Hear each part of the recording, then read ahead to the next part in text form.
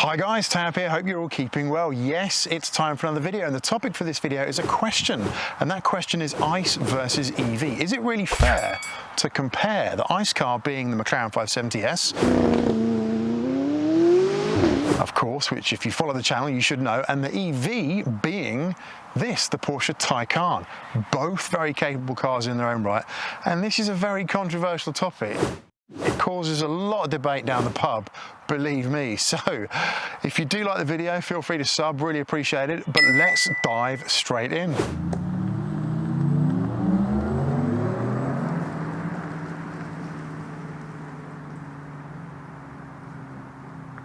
Okay, so firstly, we've got to answer the question. That's the purpose of this video. Is it fair to compare an ICE car, an internal combustion engine car, with an EV? And in this case, my McLaren 570S with this Porsche Taycan. And in my head, I think the answer to that is no. It is not fair to compare the two types of car. In fact, I don't really think it's fair to compare any EV with any ICE car. Just like you wouldn't compare an ICE car with a steam traction engine. Different types of power, different types of transport. Yes, they're both vehicles, but they're both so different in so many ways that trying to compare them is very hard, but it's what we're hardwired to do. They both got steering wheels, 4 tyres, and they get you from A to B. If you look at Beethoven and the Rolling Stones, yes, they're both music, but would you put those guys in the same bucket and compare them?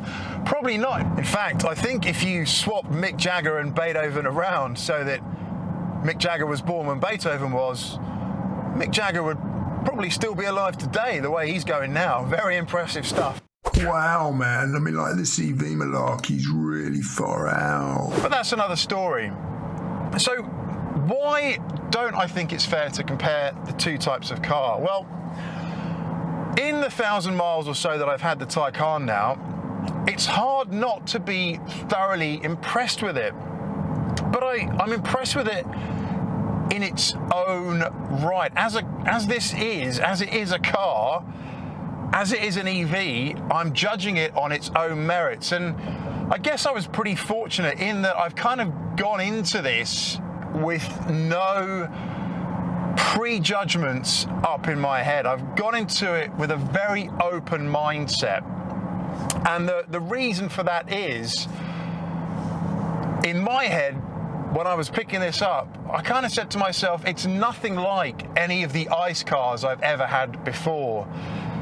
It's going to be something completely new and very different. And honestly, it really is. And I guess the first thing that I do find hugely different about the ICE car experience and the Taycan experience, so that combustion and that electric experience, I guess, is the connection that you have with the car. Now, I don't think you get as connected and as exhilarated by the drive in this EV as you do in an ICE car.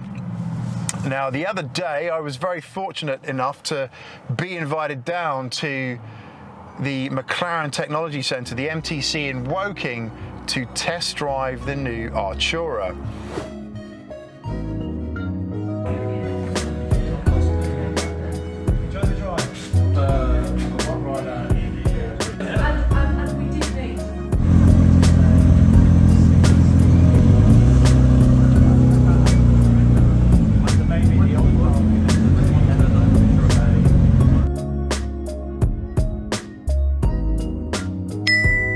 And as you know, the Artura is a V6 hybrid, so it's got both worlds in it. It's got that combustion engine, and it's also got the electric capability for sort of 18 or so miles on pure electric.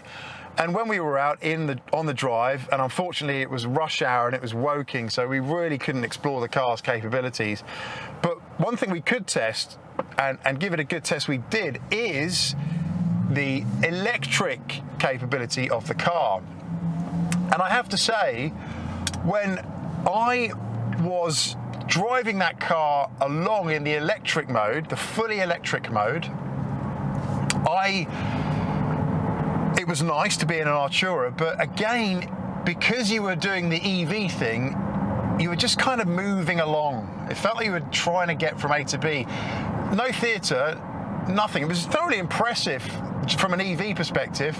A very small motor with a lot of power and torque for its size, and it moved quite nicely, but there was no engine sound, and that, I think, is just what it comes down to, is the feel of the engine. And the engine isn't something you hear, it's something you feel as well, right in here. It's a generational thing too. My generation and people who've grown up with combustion engine cars around them, it's kind of all they've ever really known. The transition to EV is happening now and happening very quickly. And there's going to be a generation of folk in the not too distant future that only know EVs.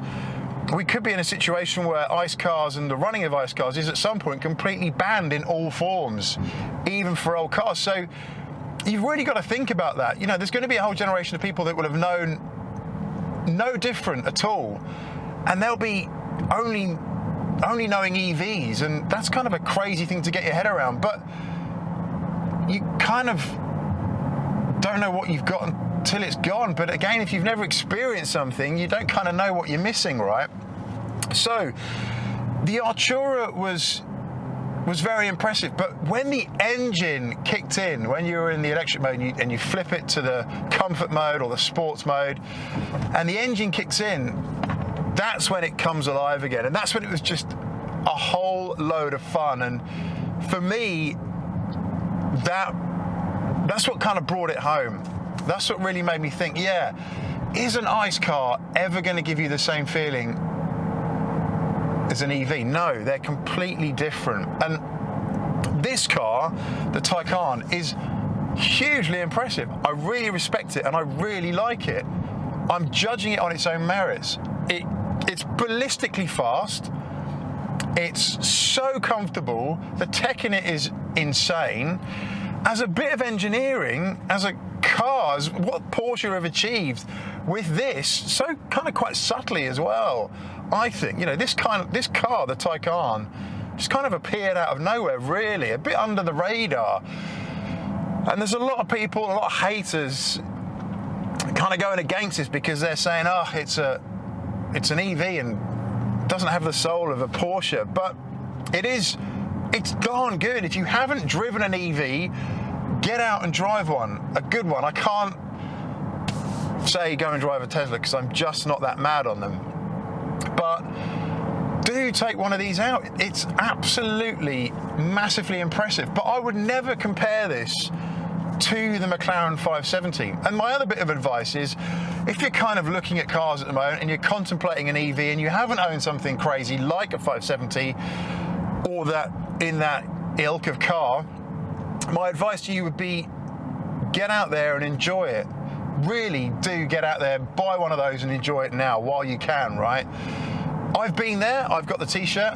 I definitely would consider an Artura. In fact, I am considering an Artura. But this car, for me, is a new experience. It's something that I hadn't experienced before. And I wanted to try it. I wanted to try an EV to see what it was all about. And really, I think comparing an ICE car to an EV is massively unfair. And I would urge you, if you're a petrol head, yeah, I know some of you are diehard and you hate EVs, think they're milk floats, appliances, and you'll never get on board. That's it, game over. You're going to be behind the curve at some point. You're going to have go through a forced change at some point. There's no denying that. But I would say try and be a little bit more open to an EV, to at least trying it. Because honestly, once you've been out in one for a while, once you've experienced one and you've seen what it's all about and you're able to admire the engineering and the tech, then I think your mind will be changed a little bit. I'm pretty confident with that. So to sum up, I just wanted a quick kind of talk around ICE and EVs, and is it really fair to compare? Is it fair to compare?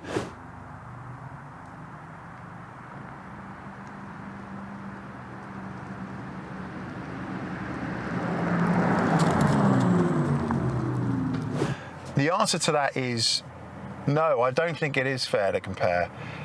I think you have to judge them both separately, just as you would the Rolling Stones, Mick Jagger and Beethoven. And you need to do so with a very open heart, because that's the key thing here. You need to allow both of those vehicles to exist in their own bubbles, with their own merits, with their own abilities, with their own foibles, with their own driving experience, because believe me, they're so wildly different, it's almost incomprehensible. The power delivery of an EV is ballistic. It's insane. It's predictable though. Unlike an ICE car, it never ever really comes alive like an ICE car does, but it is fun. And I'm sure that Rimac Nevera is next level insanity, and you've seen the quarter miles it's done and everything, but really I think we're just at the cusp of EV, and we're going to see a lot of great new technology come out. I'm quite excited for it, and you should be too, because milk floats, they're not so bad after all. Thanks for watching, do take care, and I'll see you on the next one. Bye for now.